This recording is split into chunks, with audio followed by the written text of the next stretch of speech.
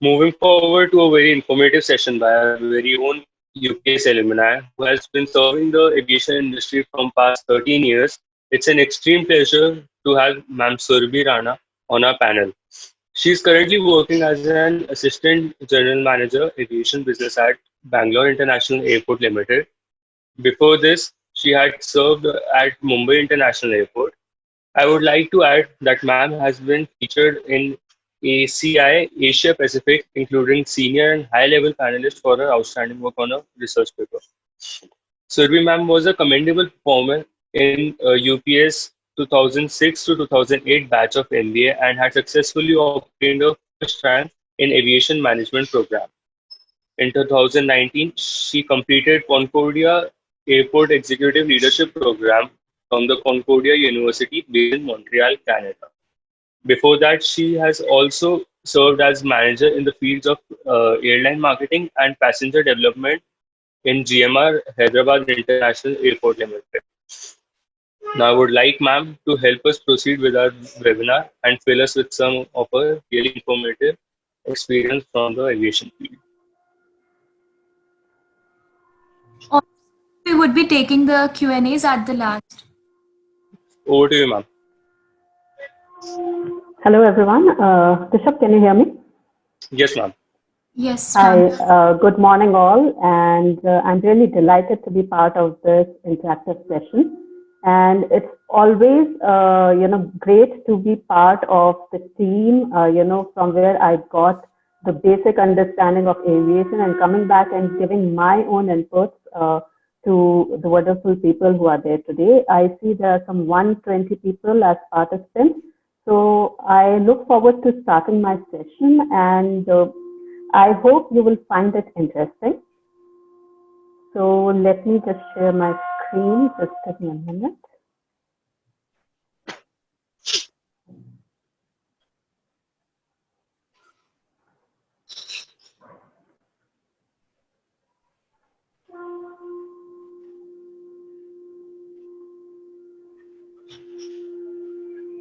Can you see the screen? Yes, ma'am. Thanks. Yes, ma'am. So before I begin, a few points that I would like to mention. That thanks for the introduction, Rishabh. And it's been 13 years in the aviation industry altogether. And primarily, I have been into the airports with GMR, GVK, and now Bangalore International Airport. And the key verticals that I have actually worked on are in the fields of aviation business development, data analytics, commercial, and marketing. And I want to make this entire session as much interactive as possible. And I will be throwing up questions during my session. I would be really interested to hear all your views, and because it's going to be a learning session for me as well. So with this, let me start the session. The key topic that I'm covering in this session is going to be the airport management. The key focus areas will be talking about the various verticals which are there within the airport, how you can find yourself fitting into these roles and see in the future which all roles you can, work for to apply, while you're having the campus hiring or maybe offline. So with this, I begin my session. So here is my first question to all of you. I want to understand from you that do you feel that airports are different from other businesses? So this is my question, and I would like to hear from you, your views. And whosoever is answering, I would also like to understand which airport's photograph I have put up over here. Anyone?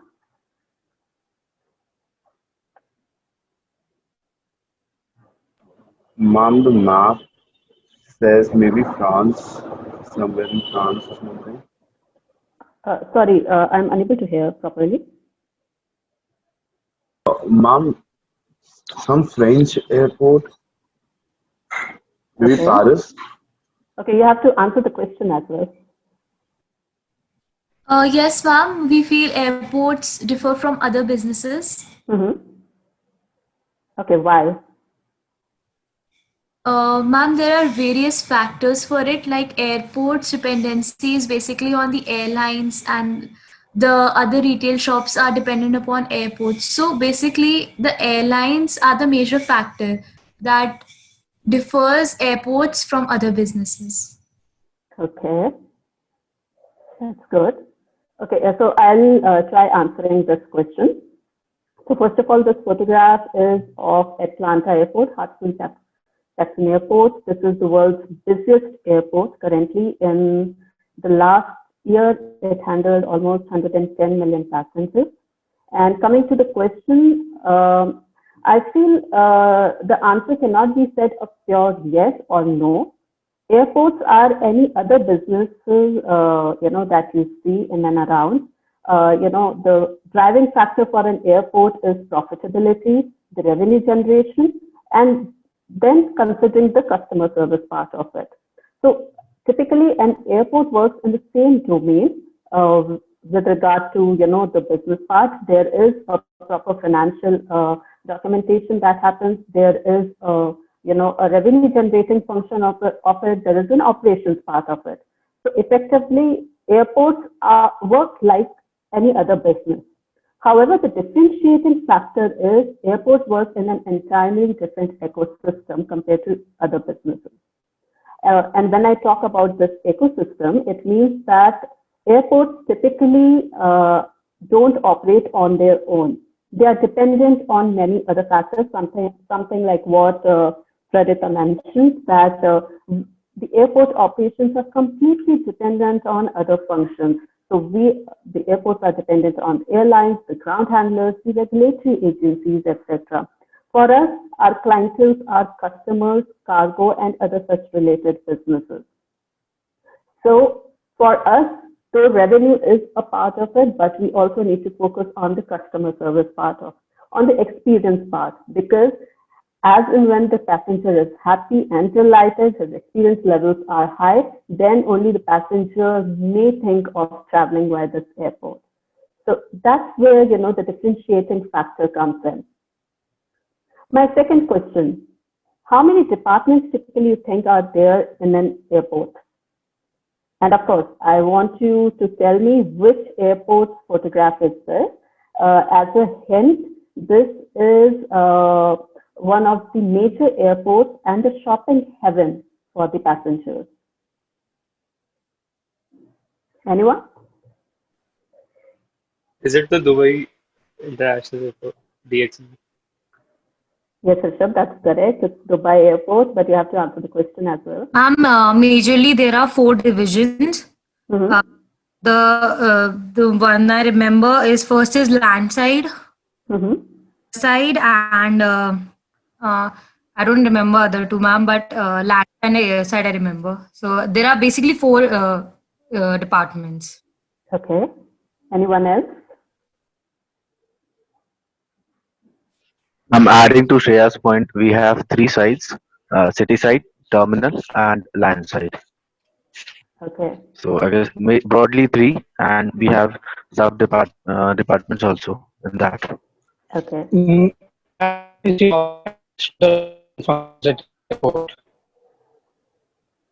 Sorry, I could not gauge the answer of this, the last one. Can you please repeat? FCC. Sorry?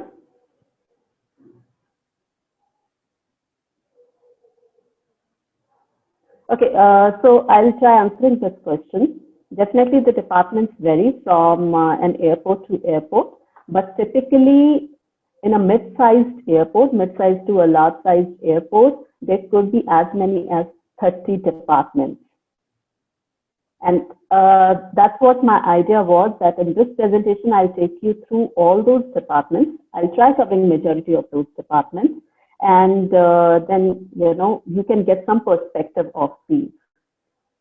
So the key functions or these key departments at an airport vary. Can you hear me, guys? Yes, Yes, ma'am, ma'am, we you're can. audible. Okay. Yes, ma'am, we can. Sure.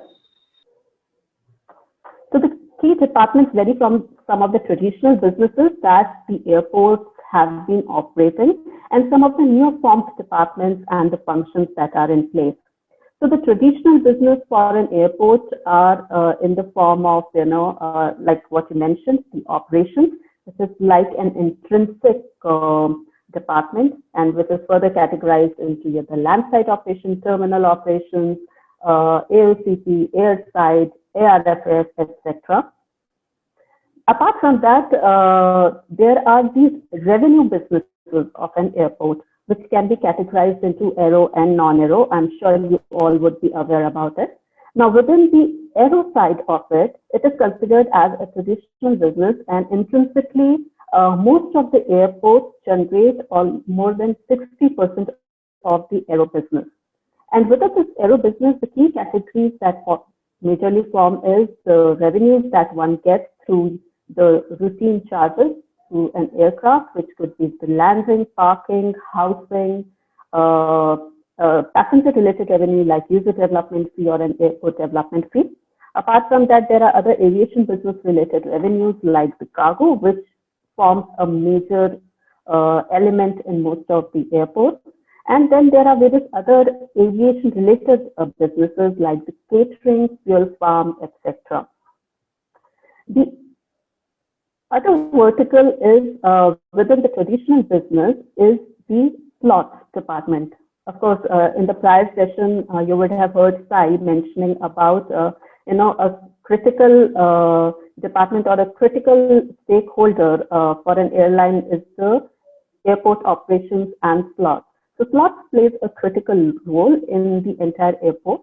The reason being, this particular department has the onus of preparing the entire schedule for an airport, which means when an aircraft is going to land, when an aircraft is going to take off, which parking bay that aircraft may get allocated in consultation with AOCC, etc. What are the capacity limitations that need to be flagged off, during which part of the day, an aircraft can be accommodated or not. These are some of the decisions that are being taken care by the slots team. Within this traditional business, there's a new department that has shaped up, which is the airline marketing.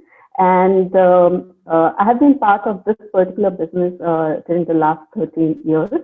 In the airline marketing, the point which I was mentioning in the previous session about the route planning, traditionally, how the thing was that it was entirely the airlines who used to develop their route planning, and then basis their route viability, they used to operate to an airport. But gradually, airports understood that typically there could be some routes which possibly may not be in the focus of the airline. There could be some routes which need to be told to the airlines that, look, you need to fly to these routes and you can get some benefit out of it. There has to be a single point of contact between the airlines and the different other verticals of the airport so that there could be smooth liaising. So that's how this airline marketing division came into picture. This particular division actually helps in developing business cases, understanding the route profitability with various data sources, internal and external, and then to share it with the existing and the prospective airlines for enhancing the domestic and international connectivity. They also become the one-point contact to liaison between all the departments internally and with the airlines. So that is another area that is shaping up gradually with most of the airports around. With airline marketing, which becomes more of a B2B segment, there is another vertical which is shaping up within the aviation or the aero side, which is the destination marketing. With destination marketing, it's an amalgamation of a B2B and a B2C product. When I say B2C, I would like to give you an example over here. Transfers at an airport are typically overlooked throughout. There are airports in India, the bigger airports like Delhi and Mumbai, which have got a fair share of transfer passengers. I'm sure you all would be aware what a transfer passenger is. So basically a passenger not taking a direct route, but using a via airport to travel to the final destination. So how can we, cater to these type of passengers, what can I do with my other stakeholders? With other stakeholders, I mean, say my tourism board and my travel agents, so that I improve the B2C demand in the airport by having more passenger footfall. And that's where the role of destination marketing comes into picture.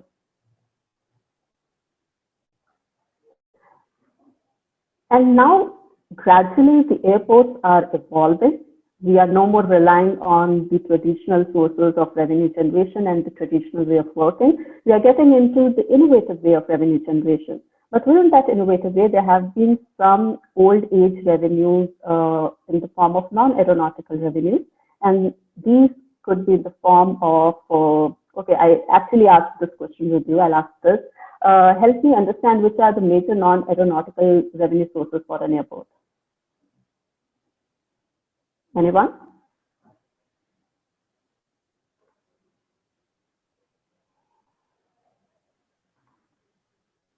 Hello? Would someone like to? Concessions. Ma'am, mainly the brand outlets which are put on the airport and duty-free segments. Okay. Advertisement. Okay, very good. Ma'am, these duty-free shops and restaurants. Perfect. So there could be like more than 8 to 10 revenue sources when we talk about the non-aeronautical. Again, these include some of the traditional sources and some of the new innovative sources that have come into picture. So like some of you mentioned, duty-free, that contributes as the major segment for most of the bigger airports because, you know, majority of the transaction is in dollars. It's a high value game which happens over there. So that contributes the largest for any airport. Then we have other revenue sources like revenues from food and beverage, retail, real estate is another revenue source that is gradually picking up. You have lounges, advertising, other passenger services products. So effectively, when I'm talking about innovation in the non-aero revenue domain, the idea is wherever you see there is a need, you start, linking all your partners and try getting revenue out of that need. So that is what the attempt is with regard to these innovative sources. So it could be, something like this photograph which I'm showing. So I'm not sure if you would have heard that there are airports, in the region who have actually dedicated facilities for the pets. They have dog hotels. They have dedicated stores that sell exclusive products for the pets. So these are the types of, new revenue sources which the airports are actually gradually looking into. And it could be something like this. So there's a parent who needs, some breast, but there are kids. So why can't we make this as a revenue source? Or it could be as simple as these sleepy passengers.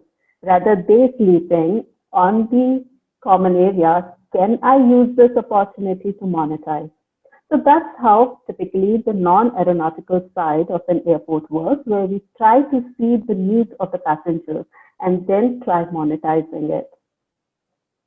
Or it could be, a family who would like to get entertained and want to be together throughout their journey. So something like this you would have read and possibly would have seen at the Changi airport, where, it's a complete package for the families, whether it's kids, whether it's the adults, there are options for all of these people.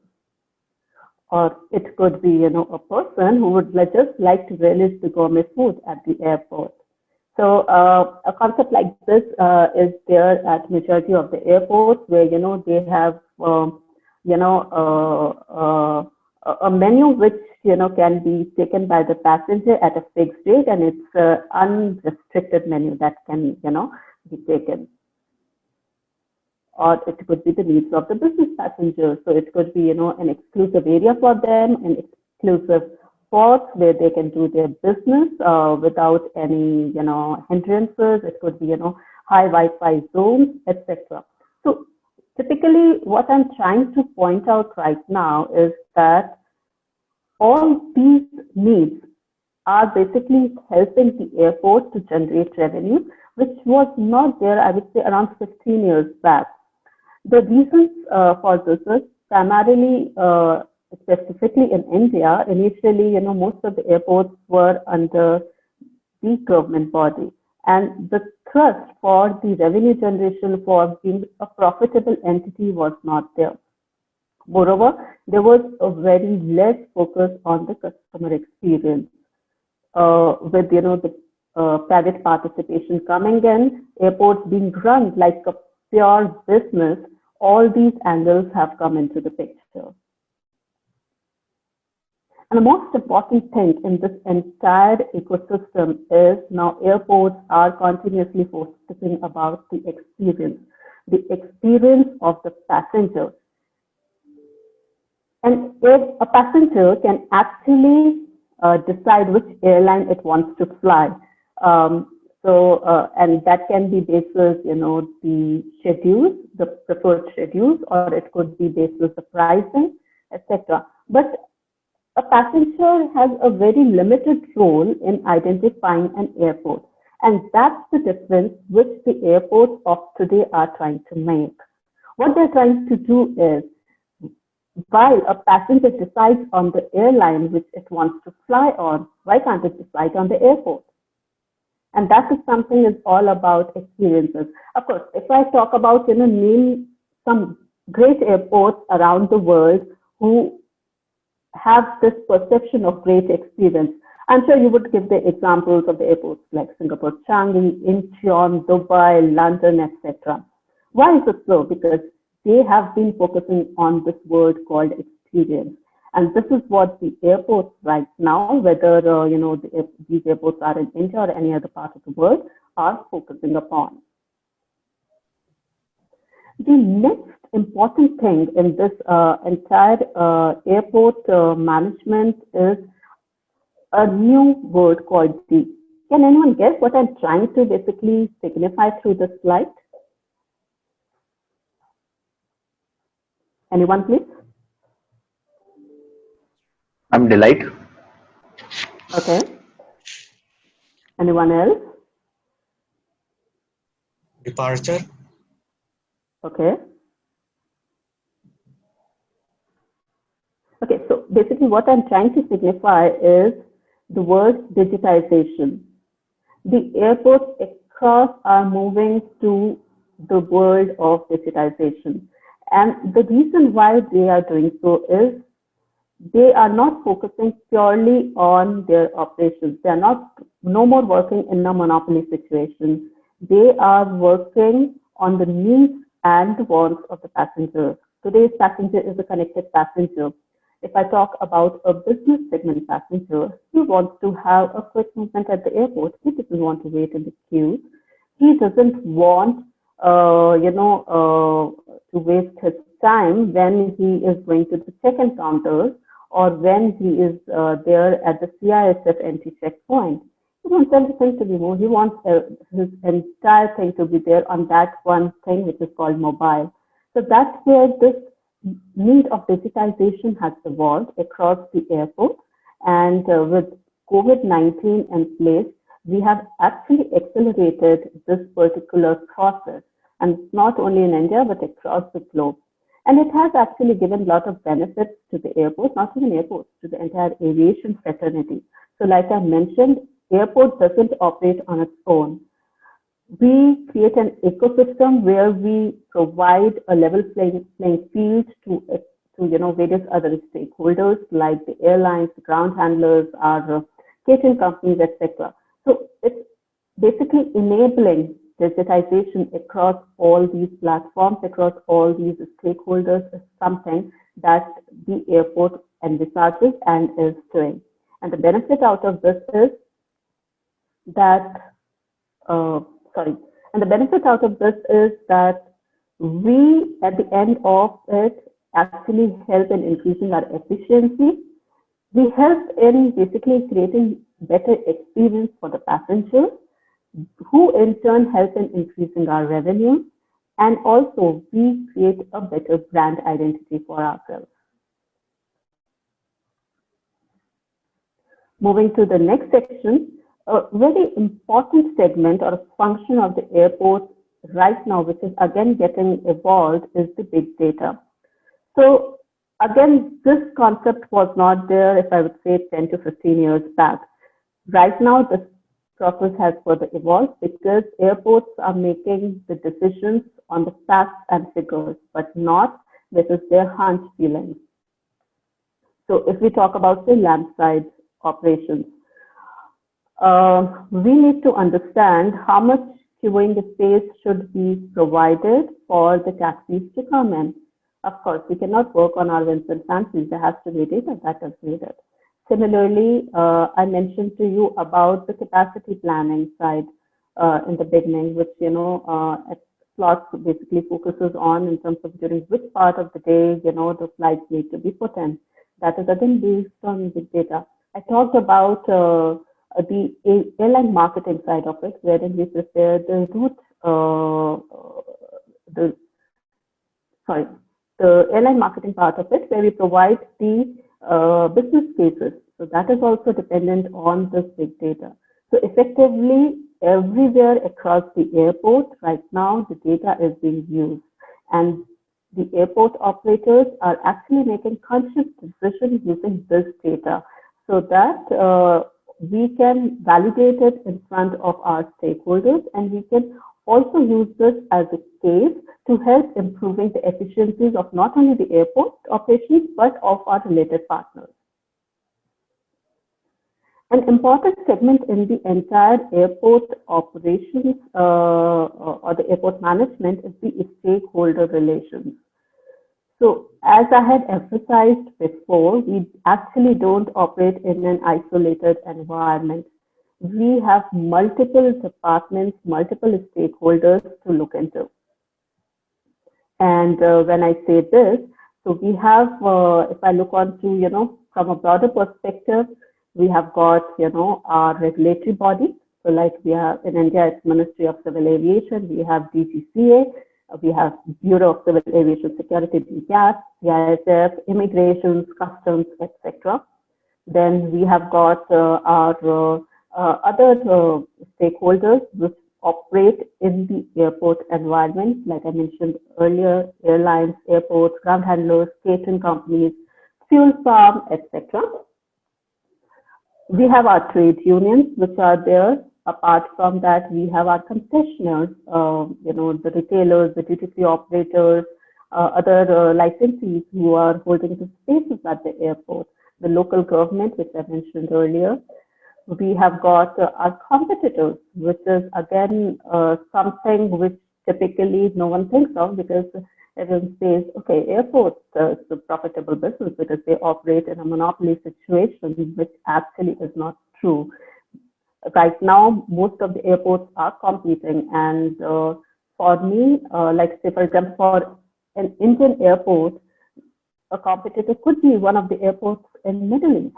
So that's the type of an ecosystem we are working in. We have got our trade partners like the travel agents, the other trade bodies, etc.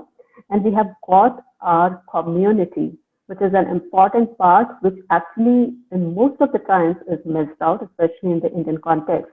But when we talk about other foreign airports, say in Europe, Australia, etc., their community plays a very important role. You would have heard about, night landing restrictions, etc. Why has it happened? Of course, one is on the rotations. The second reason for this is because there are concerns that have been raised by the community on the night operations and the noise pollution that it generates, and that's why the decision was being taken. So effectively, the idea is the airports actually work in a very diverse environment, and they are dependent on multiple other people. Another important factor which I missed out in the stakeholders is the employees. Employees who are located in various areas, they're not sitting in a cushy office, but they're on ground. They're working at the backside in our inline screening, etc. Even those need to be hand-holders in managing the entire airport. moving to the next section, there are other departments as well, which actually play a critical role in the entire airport management. Some of them have developed newly, some of them have been there since a long time. One of the critical departments is the regulatory department. So I'm sure you would have heard the word ERA, Airport Economic Regulatory Authority. So this is the authority or the regulator who basically fixes the charges and the rate card for an airport operator. Of course, this entire scenario was not there way back in, I would say, 2005 or 2006, because that time all the airports were under the government. With private participation coming in, there was a need to regulate the charges, and that's when this ERA regulatory body was formed. So the regulatory team basically helps in doing such filings, in identifying and coordinating with ERA that what's going to be the rate card, the aeronautical rate card for the airport. And another important department that is basically shaping up is the Environment and Sustainability Department for the airport. So airports are becoming more and more conscious businesses who are not only focusing on the revenues, but are focusing on the other interrelated angles. And one of the dependent factors is the environment, whether it is water conservation or the air pollution levels, etc. Airport is a conscious contributor in it, and that's how this particular department focuses on these aspects. With the airports getting into private partners basically getting into the airport development, strategy and new business development has again become a very robust department or a vertical within the entire ecosystem. This particular department basically focuses on the bidding for the new airports and be a point of contact for any strategic matters of the airport. Master planning has been an old and a critical department. This particular department basically focuses on the 15 to 20 years of the planning of the entire airport function. And apart from that, like we discussed in the beginning, that there are various, traditional departments within the airport, like the operations, which we talk about.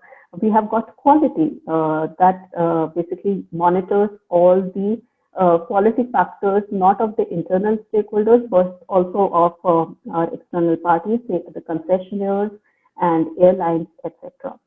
Learning and development also is becoming a major growing vertical within the airport management, so that more and more people become aware of the various nuances of the airport management. The last part which I wanted to cover, or the vertical which I wanted to cover, is the branding and communication department. So typically, again, airports were a monopoly a few years back, but now since they are focusing on the customer and the key focus for them is to improve the experience, airport branding is actually becoming more and more strong. And of course, this is something which flows from the vision and mission of the airport. Here I have tried showing how Changi Airport has developed its entire branding exercise.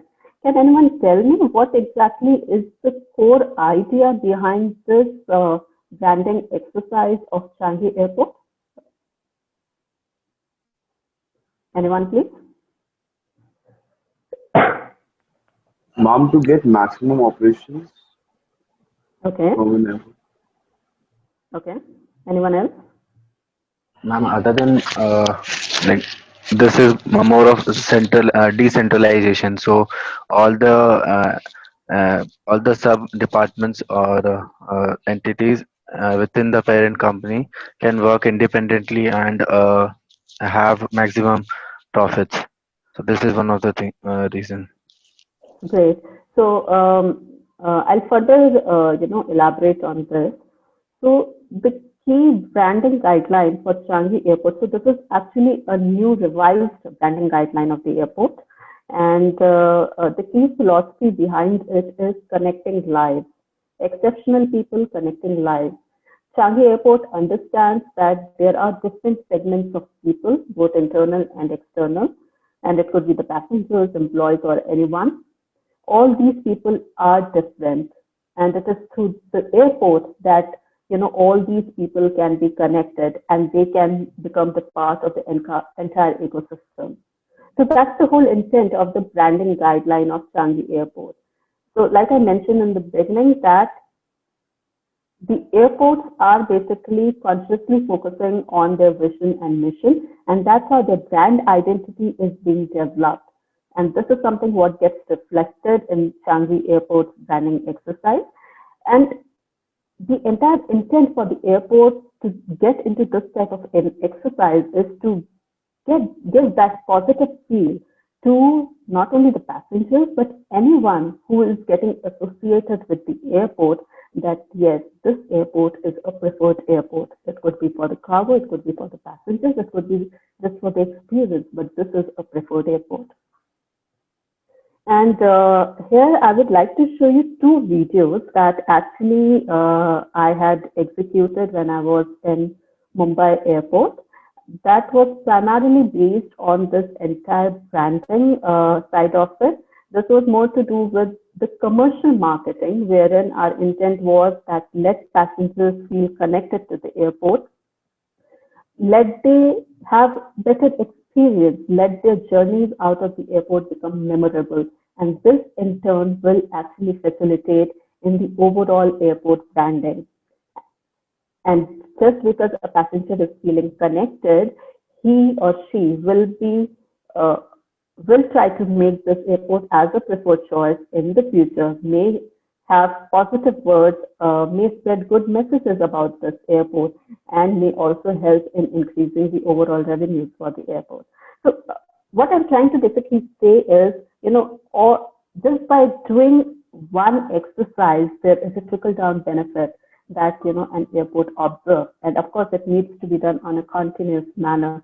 So here I'm trying to show you two innovative activities that were done at Mumbai Airport, and let me start the video.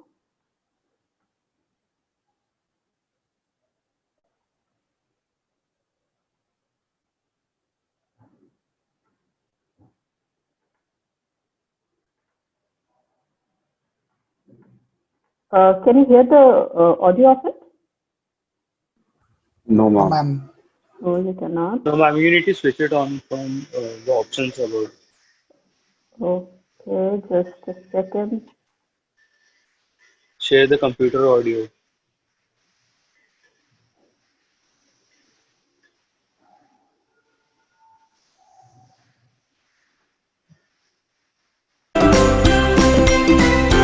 It's audible now. Yes, ma'am. Yes.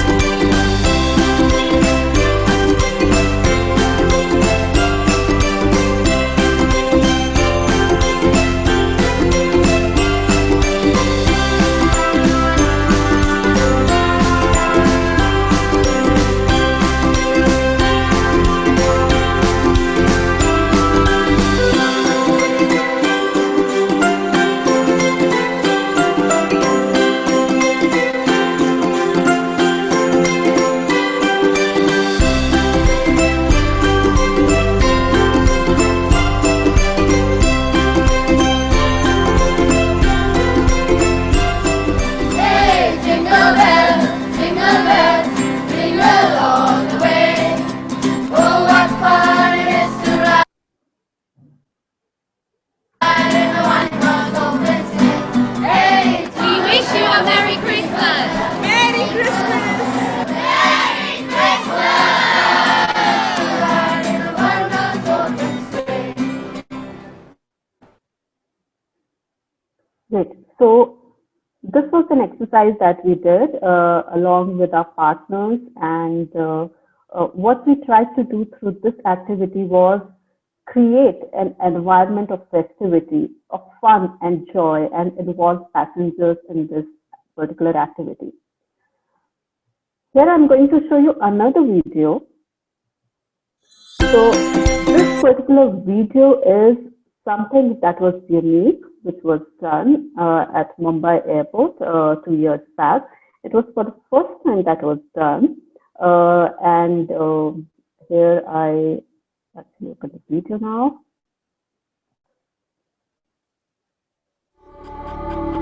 Can you hear it?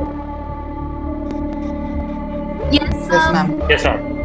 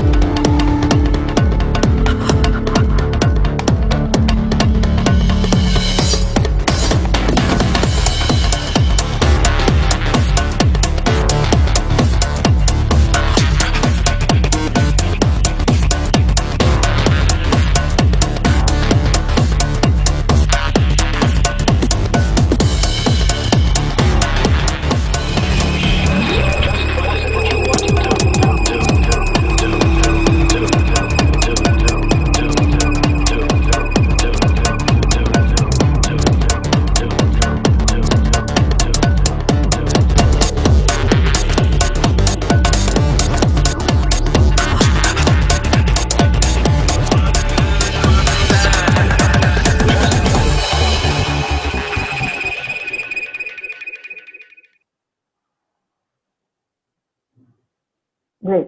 So this was another activity that was done. The overall objective of this particular activity was twofold, if you would have seen. It not only focused on creating an activity or an activation for the airport, but we also basically developed revenue out of it. We generated revenue through this activity through a brand participation. You would have seen FBD at the end. So along with our advertising partner, we had done this activity, which not only helped in developing our branding exercise, but also helped in generating revenue. So basically what I'm trying to say is there could be multiple ways in which an airport can do the things.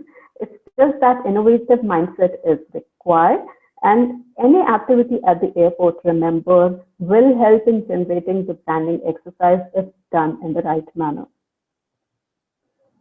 So with this, I move to my last section.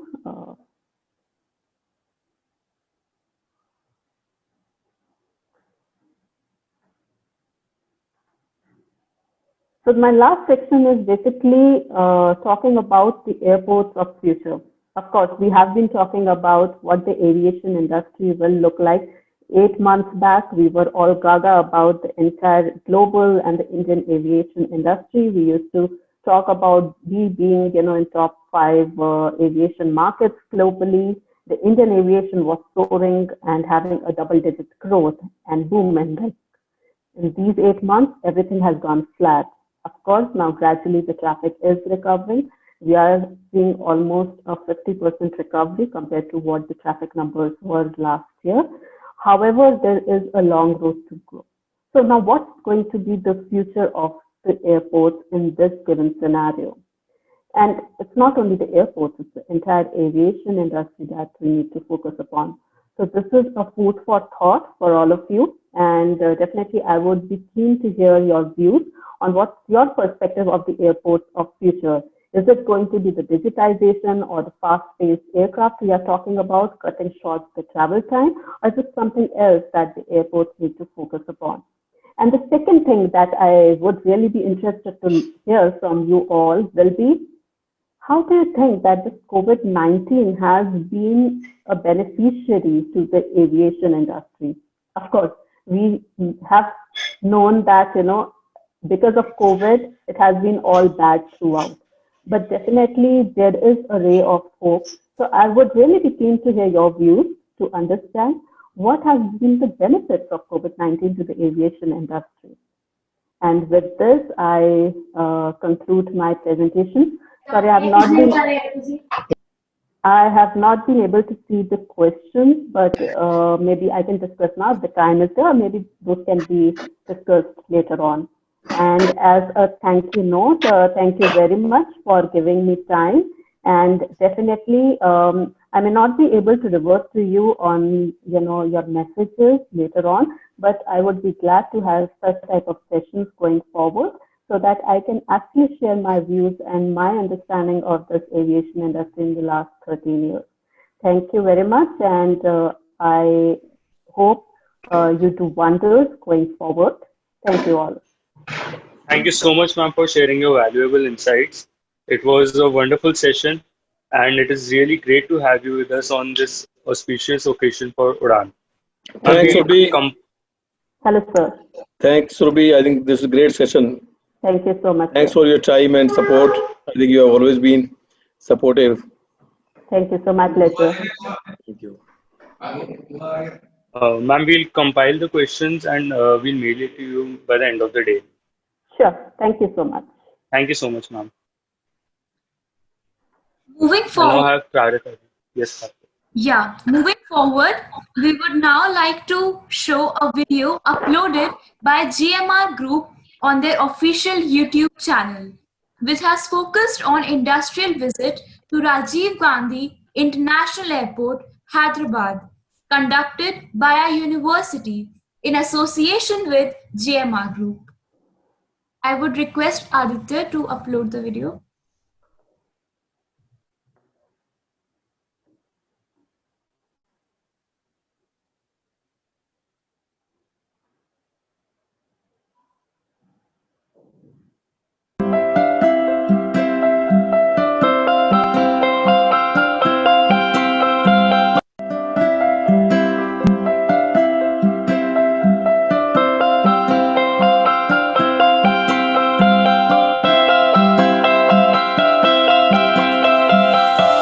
This has been an experience.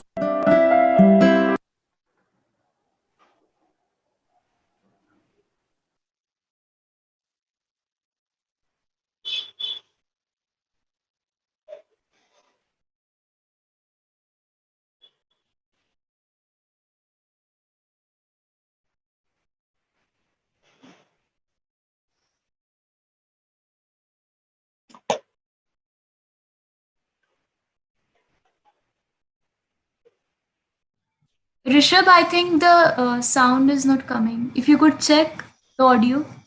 Just a second, please.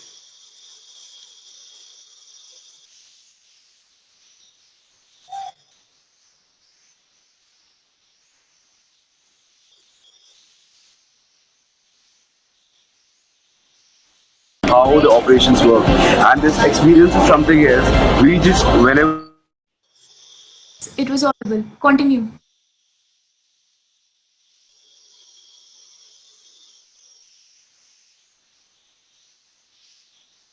airport, and it's really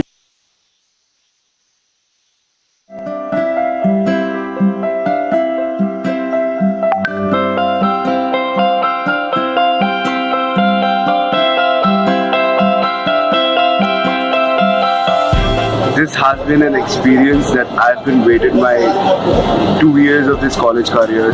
Being here at the airport, we've always been on the other side of the airport as passengers, but right now we are experiencing with GMR how the operations work. And this experience is something else.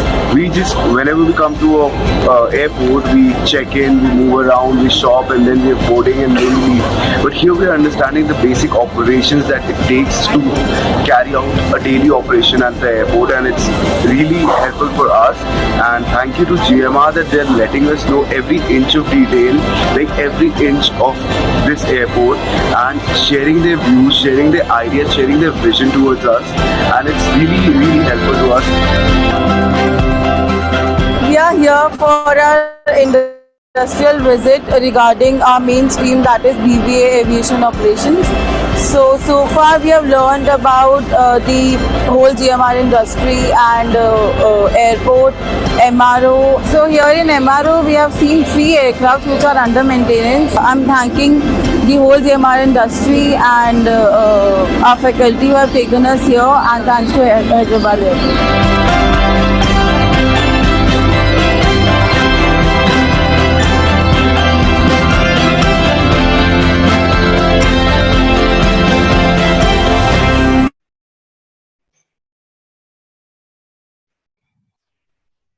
Thank you, Rishabh, for sharing.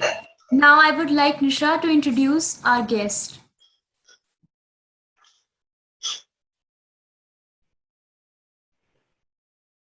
Nisha, you're not audible. Nisha, the mic.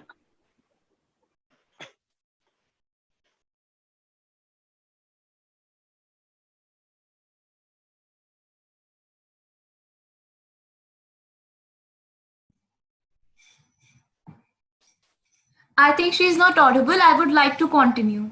So we welcome our honorable chief guest of the